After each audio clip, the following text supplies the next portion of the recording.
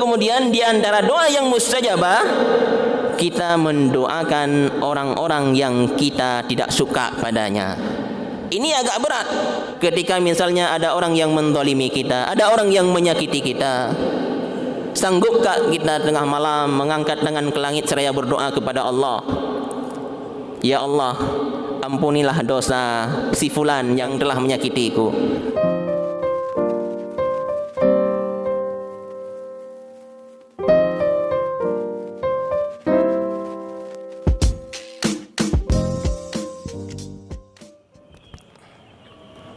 Assalamualaikum warahmatullahi wabarakatuh. Hamdan wa syukran lillah, salatan wa salaman ala rasulillah Muhammad ibni Abdillah sallallahu alaihi wasallam wa ala alihi wa sahbihi ajma'in, amma ba'du. Puji syukur senantiasa kita panjatkan kehadirat Allah Subhanahu wa taala atas limpahan rahmat dan karunia-Nya kepada kita semua, yang alhamdulillah sampai dengan subuh ini Allah masih menancapkan dalam hati kita keimanan hingga kita mampu memenuhi panggilan Allah Subhanahu wa taala untuk datang ke rumahnya saat ini. Bahkan ada sebahagian di antara hamba Allah yang sudah datang ke sini sebelum azan itu dikumandangkan. Dan ramai juga tadi yang sempat melakukan solat fajar 2 rakaat. Sebagaimana janji Rasulullah sallallahu alaihi wasallam, rakaatil fajri khairum minad dunya wa ma fiha. 2 rakaat solat sunnah sebelum subuh itu lebih baik dari dunia dan seisinya. Tentunya kabar gembira yang begini sulit diterima kecuali oleh hati yang memiliki iman di dalamnya, karena memang pahalanya tidak kelihatan secara kasat mata. Kapan baru kita ketahui tentang pahala yang begitu luar biasa? Ketika jasad kita sudah terbujur kaku, lalu dipakai baju warna putih, lalu kemudian digotong oleh masyarakat, ditempatkan dalam satu lubang yang lebarnya mungkin tidak lebih dari 1 meter, lalu kemudian ditimbun dengan tanah. Setelah ditimbun dengan tanah, satu persatu dari keluarga kita, orang tua, bahkan anak yang di dunia sangat kita sayanginya, satu persatu meninggalkan kita dalam kesendirian di alam kubur. Maka ketika itulah kita baru merasakan dan menyadari begitu luar biasa pahala dari ibadah yang kita lakukan di dunia. Maka ketika itulah banyak manusia yang menyesal, yang melakukan amal ibadah di dunia menyesal karena mereka merasa kurang ibadah yang mereka lakukan. Apalagi bagi mereka-mereka yang tidak melakukan ibadah sama sekali. Ini menunjukkan bahwa masih ada iman dalam hati kita untuk mempersiapkan bekal kepada satu perjalanan yang sangat panjang ketika kita pulang kepada Allah Subhanahu wa taala. Jamaah yang dimuliakan Allah, hari ini, bulan ini, kita berada dalam satu bulan yang sangat mulia, yaitu bulan Sya'ban. Bulan untuk mempersiapkan diri memasuki bulan suci Ramadan, yang dimana di bulan ini Rasulullah sallallahu alaihi wasallam beliau memperbanyak puasanya. Sebagaimana yang diriwayatkan dalam satu hadis dari Usamah bin Zaid, dia bertanya kepada Nabi sallallahu alaihi wasallam, "Ya Rasulullah, saya tidak pernah melihat engkau berpuasa sebanyak engkau berpuasa di bulan Sya'ban. Ada apa gerangan dengan bulan Sya'ban tersebut?" Maka ketika itu Nabi sallallahu alaihi wasallam memberikan jawaban, "Zalika syahru yaghfulun nasu anhu." Bulan Sya'ban itu adalah bulan yang kebanyakan manusia melupakannya. melupakan kemuliaannya, melupakan keutamaannya, dan melupakan untuk memperbanyak ibadah di dalamnya. Di mana letaknya bulan Sya'ban? Baina Rajab wa Ramadan. Yang letaknya antara bulan Rajab dan bulan Ramadan. Coba kita yang perhatikan nuronyo. Wate kita meng bulan Sya'ban menjelang memasuki bulan Ramadan. Urang kitanya lebih sibuk untuk gebeglih rumah, lebih sibuk untuk geganto cat rumah, lebih sibuk untuk geganto gorden rumah. Padahal Rasulullah sallallahu alaihi wasallam dalam bulan Sya'ban beliau sibuk memperbanyak ibadahnya sebagai latihan untuk memasuki bulan suci Ramadan. Dan ternyata kelalaian manusia terhadap keutamaan bulan Sya'ban juga terjadi pada zaman dahulu, yang dimana orang-orang Arab zaman dulu begitu selesai mereka beribadah di bulan Rajab, bulan Muharram, bulan Rajab, bulan haram, begitu mereka memasuki bulan Sya'ban, mereka sibuk berpencar untuk mencari air, persiapan memasuki bulan Ramadan. Maka jemaah yang dimuliakan Allah, ini yang dikatakan oleh Nabi sallallahu alaihi wasallam, bulan yang dilupakan oleh kebanyakan manusia. Maka ketika kita beribadah di waktu kebanyakan manusia melupakannya, maka kita akan mendapatkan pahala yang istimewa.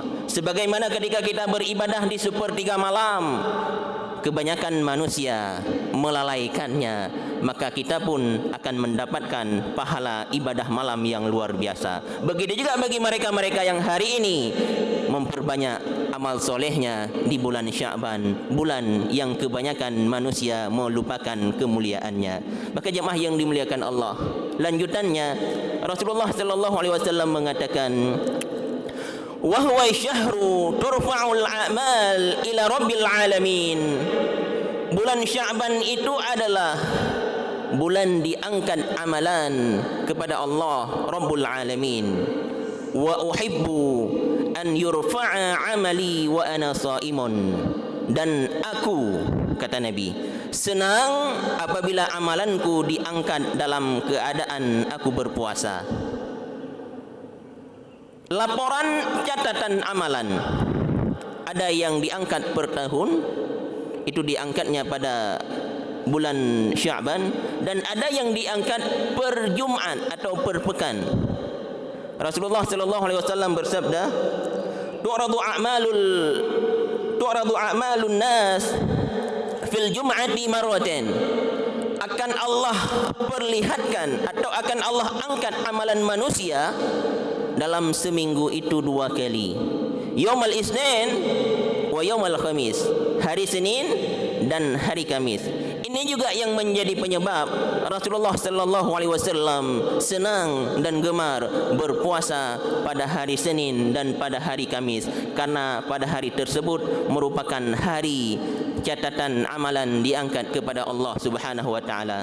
Maka jemaah yang dimuliakan Allah, sebagai persiapan kita untuk memasuki bulan suci Ramadan, maka mari kita memperbanyak puasa sunnah di bulan yang mulia ini, yaitu di bulan Sya'ban. Terutama bagi kita-kita yang masih punya hutang puasa. Puasa tahun kemarin belum kita lunasi hingga hari ini, maka jangan biarkan hutang puasa tersebut melewati Ramadan yang akan kita masuki.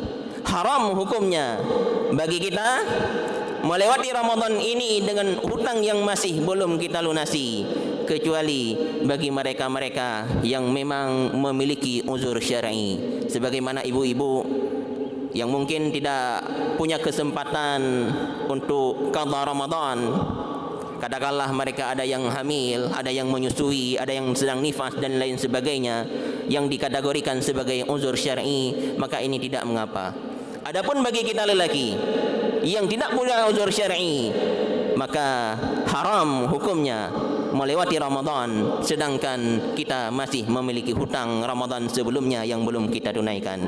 Jemaah yang dimuliakan Allah Subhanahu wa taala, ada satu hadis yang diriwayatkan oleh Ibnu Majah tentang kemuliaan bulan Sya'ban ini. Rasulullah sallallahu alaihi wasallam bersabda, yattali'u Allahu ila jami'il khalqi lailatan nisfi min Sya'ban. Allah akan muncul pada pertengahan bulan Sya'ban. Yaghfiru li jami'il khalqi.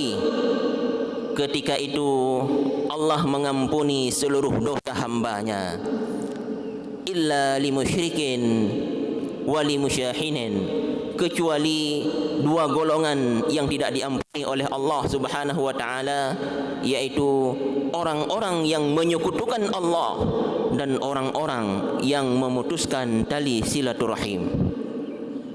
Ada dua golongan yang celaka. Pada bulan ini tidak diampuni dosanya oleh Allah Subhanahu wa taala.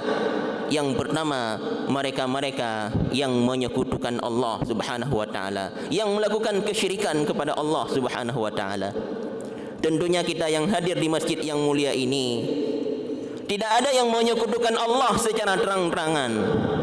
Tidak ada di antara kita yang menyembah lembu, enggak ada yang menyembah kayu, enggak ada yang menyembah batu.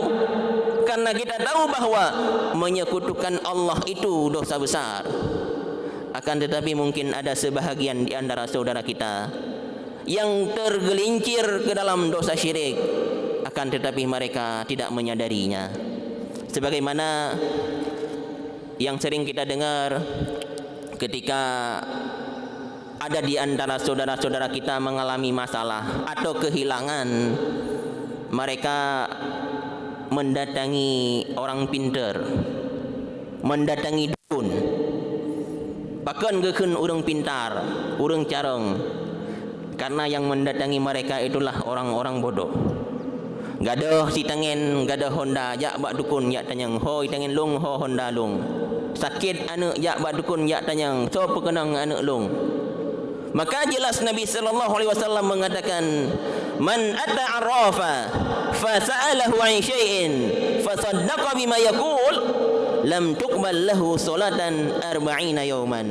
Barang siapa yang datang kepada dukun dan dia bertanya kepada dukun tersebut satu perkara, lalu kemudian dia meyakini apa yang disampaikan oleh dukun tersebut, lam tuqbal lahu salatan 40 yawman, tidak akan diterima amalannya selama 40 hari 40 malam.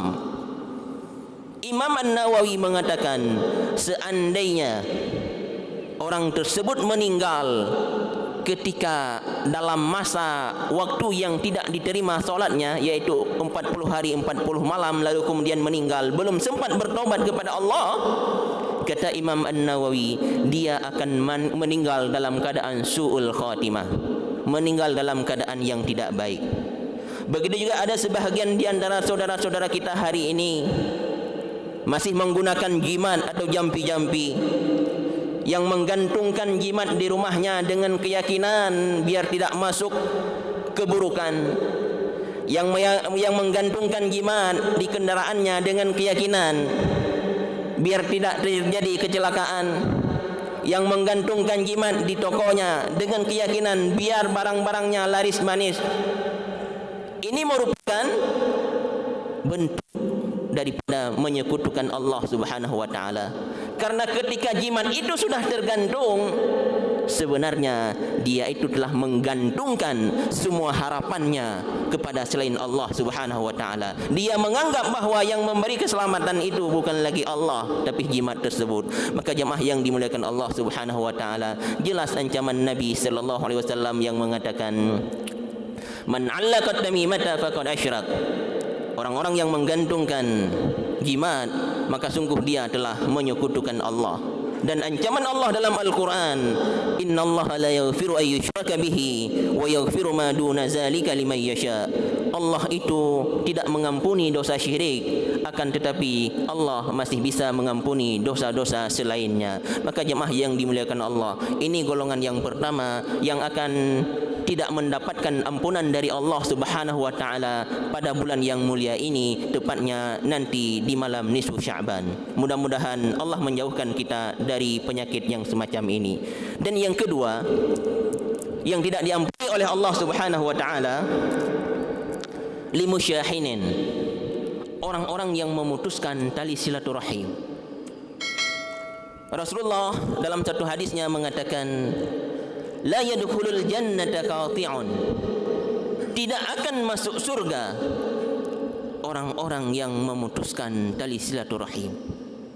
Sebagus apapun ibadah kita, setinggi apapun ilmu kita, kalau ternyata sampai hari ini kita masih memutuskan tali persaudaraan dengan saudara kita, maka Rasulullah mengancam tidak akan masuk surga. Maka bila ada di antara kita yang tergelincir dalam dosa yang semacam ini, maka ringankanlah hati kita, rendahkanlah hati kita untuk kita mendatangi orang-orang yang dulunya pernah kita sakiti, untuk kita minta maaf kepadanya, biar Allah mengampuni dosa kita. Dan tentunya datang untuk minta maaf itu sangat berat untuk kita lakukan. Kenapa berat? Karena ada permainan syaitan di sini yang membisikkan, jangan minta maaf. Kamu lebih mulia, kamu lebih tinggi derajatnya, kamu lebih kaya. Kenapa kamu harus mendatangi dia yang lebih miskin, yang lebih hina? Ini bisikan syaitan. Kenapa? Karena syaitan lebih senang ketika kita meninggal dalam keadaan memutuskan tali silaturahim. Begitu kita meninggal dalam keadaan memutuskan tali persaudaraan, maka langsung kita akan menjadi kawan syaitan dalam neraka. Tidak ada tempat dalam surga bagi mereka-mereka yang ada dendam dalam hatinya. Maka jemaah yang dimuliakan Allah, mungkin uronyo nah di antara kitanya kamu tuntun hanada pegahaba, saling buang muka, tidak saling berbicara karena satu kesalahan yang dilakukan oleh saudaranya. Maka pilihan jihna dua boh, antara kita datang minta maaf atau memaafkannya, biar nanti pada malam nisfu Sya'ban Allah pun akan mengampuni dosa kita, atau kita akan terus mempertahankan kemarahan tersebut, mempertahankan musuhan tersebut, yang pada gilirannya kita tidak akan mendapatkan keampunan pada malam nisfu Sya'ban yang telah dijanjikan oleh Rasulullah sallallahu alaihi wasallam. Maka ada satu cara untuk menghilangkan ghillah dalam diri kita, untuk menghilangkan kebencian dalam diri kita, yaitu dengan cara kita mendoakan saudara yang kita benci. Mampu enggak kita mendoakan saudara yang kita benci? Dan ternyata Nabi sallallahu alaihi wasallam mengatakan, di antara doa yang paling mustajabah, yang pertama mendoakan saudara kita ketika dia tidak ada di hadapan kita. Lalu kemudian di antara doa yang mustajabah, kita mendoakan orang-orang yang kita tidak suka padanya. Ini agak berat. Maka ketika misalnya ada orang yang menzalimi kita, ada orang yang menyakiti kita, sanggupkah kita tengah malam mengangkat tangan ke langit seraya berdoa kepada Allah, ya Allah, ampunilah dosa si fulan yang telah menyakitiku, mudahkanlah rizkinya, naikkanlah jabatannya.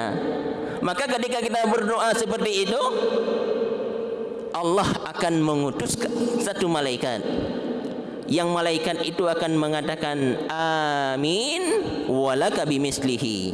Malaikat itu akan mengucapkan amin terhadap doa kita, dan untukmu hal yang serupa, dan kita yang berdoa yang dapat duluan. Maka mungkin wajar kita jarang naik jabatan karena kita tidak pernah mendoakan saudara kita untuk naik jabatan. Maka jamaah yang dimuliakan Allah, ini cara yang pertama untuk menghilangkan kebencian dalam diri kita, yang menunjukkan bahwa hati kita sudah suci, sudah bersih dari kebencian, ketika kita sudah mampu berdoa kepada saudara kita ketika dia tidak ada di hadapan kita. Kalau itu pun belum sanggup kita lakukan, coba kita bayangkan ketika kita di padang mahsyar, yang kondisi padang mahsyar itu matahari 1 mil di atas kepala kita, yang ketika itu manusia dalam kondisi tersiksa. Ada yang keringat mereka itu seujung kaki, ada yang keringat mereka hingga selutut, ada yang keringat mereka itu hingga seperut. Bahkan ada di antara mereka yang berenang dalam keringatnya. Bahkan ada di antara mereka itu yang berdoa, ya Allah, segerakanlah mahsyar ini karena beratnya azab, sekalipun aku harus masuk ke neraka. Disebabkan dia putus asa, dia berdoa kepada Allah untuk disegerakan padang mahsyar sekalipun harus ke neraka. Dia tidak tahu bahawa kalau di mahsyarnya sudah berat, di neraka lebih berat. Maka ketika itu Allah akan menyeru, ainal mutahabbuna bi jalali. Satu seruan dari Allah di padang mahsyar, di mana orang-orang yang saling mencintai karena aku, di mana orang-orang yang tidak ada dendam dalam hatinya, di mana orang-orang yang tidak ada kebencian dalam hatinya. Maka seruan ini hanya didengar oleh mereka-mereka yang tidak menyimpan dendam dalam hatinya. Adapun orang-orang yang masih ada dendam dalam hatinya tidak akan mendengar seruan ini. Lalu ketika mereka mendengar seruan Allah, mereka berkumpul dalam satu tempat, lalu kemudian digiring oleh Allah Subhanahu wa taala menuju ke telaga Rasulullah sallallahu alaihi wasallam untuk meminum airnya. Setelah mereka diberikan minum dari telaga Rasulullah sallallahu alaihi wasallam, lalu kemudian mereka diperintahkan untuk meluncur ke dalam surga yang waktunya, yang lamanya baina zuhri ilal asri, antara solat zuhur hingga solat asar. Mereka akan memasuki surga terlebih dahulu daripada orang-orang yang ada kebencian dalam hatinya. Mungkin orangnya takkan lagi tanya, ilong hang ku maah ji cukup dege ku, cukup bengeh ku, kaji pohlung atau kaji khun kelun, akan lun tuntut hingga huru kiamat. Sah-sah saja kita menuntut kezaliman saudara kita hingga ke hari kiamat. Tapi ingat, kalau kita simpan dendam ini hingga hari kiamat, kita termasuk orang yang ketinggalan rombongan yang menjawab seruan Allah yang pertama diperintahkan untuk memasuki surga Allah Subhanahu wa taala. Mudah-mudahan kita termasuk orang-orang yang mendengar seruan Allah di padang mahsyar ketika Allah mengatakan ainal mutahabbuna bi jalali, di mana mereka-mereka yang saling mencintai karena aku. Mudah-mudahan kita mendengar seruan itu karena dalam hati kita tidak ada lagi kebencian terhadap sesama saudara. Maka jemaah yang dimuliakan Allah, ini dua orang yang tidak diampunkan dosanya oleh Allah Subhanahu wa taala di bulan Sya'ban ini. Yang pertama, orang-orang yang menyekutukan Allah, dan yang kedua adalah orang-orang yang menyimpan kebencian atau memutuskan tali persaudaraan dengan saudaranya. Maka untuk membersihkan hati kita di bulan yang mulia ini, juga kita mohon ampun kepada Allah Subhanahu wa taala, karena ampunan Allah itu sangat luar biasa. Allah mengampuni dosa kita sebesar apapun itu dosa, sebanyak apapun itu dosa, dan sesering apapun kita tergelincir dalam dosa tersebut. Allah mengatakan dalam satu hadis qudsi, ya ibadi, wahai hambaku, innaka ma da'autani wa rajautani, selama engkau berdoa kepadaku dan berharap kepadaku, ghafartu laka wala ubali, aku akan mengampunimu dan aku tidak peduli. Ya ibadi, wahai hambaku, law balaghat dzunubuka adana as-sama, kalau dosamu banyaknya hingga ke langit, summa laqitani wa lam tusyriku bi syai'a, kemudian engkau datang kepadaku dan engkau tidak menyekutukan aku, ghafartu laka wala ubali, aku akan mengampuni dosamu dan aku tidak peduli. Ya ibadi, wahai hambaku, law ataitani bi qurabil ardi khataya, kalau engkau datang kepadaku dengan dosa sepenuh bumi, la ataituka biqrabiha maghfiratan, aku akan datang menjumpaimu dengan ampunan seluas bumi juga. Mudah-mudahan kita yang hadir di masjid yang mulia ini pada pagi yang mulia ini sudah tidak ada lagi dosa dengan sesama hamba, biar nanti diampuni dosa kita oleh Allah Subhanahu wa taala. Begitu juga mudah-mudahan Allah akan mengampuni dosa-dosa kita, karena tidak ada manusia yang selamat dari yang namanya dosa. Lalu kemudian ketika Allah sudah membersihkan kita, sudah mensucikan hati kita di bulan Sya'ban ini, mudah-mudahan suci juga hati kita untuk memasuki bulan suci Ramadan. Artinya kita betul-betul memasuki bulan suci Ramadan untuk maksimal beribadah di dalamnya. Kita tidak akan memasuki bulan April atau bulan Maret. Karena beda orang yang memasuki bulan Ramadan dan orang yang memasuki bulan Maret. Orang yang memasuki bulan Ramadan tentunya dengan persiapan-persiapan, di antaranya persiapan yang dilakukan adalah membersihkan hatinya untuk maksimal melakukan ibadah di bulan suci Ramadan. Mudah-mudahan kita memasuki bulan suci Ramadan dengan hati yang suci, yang pada gilirannya Allah akan memberikan gelar kepada kita, yaitu gelar orang-orang yang bertakwa, yang pada akhirnya tidak ada tempat bagi mereka yang bertakwa kecuali surga Allah Subhanahu wa taala, dan itu yang kita inginkan. Mudah-mudahan sebagaimana Allah mengumpulkan kita di masjid ini, kelak Allah akan mengumpulkan di surganya bersama Rasulullah sallallahu alaihi wasallam. Amin ya rabbal alamin.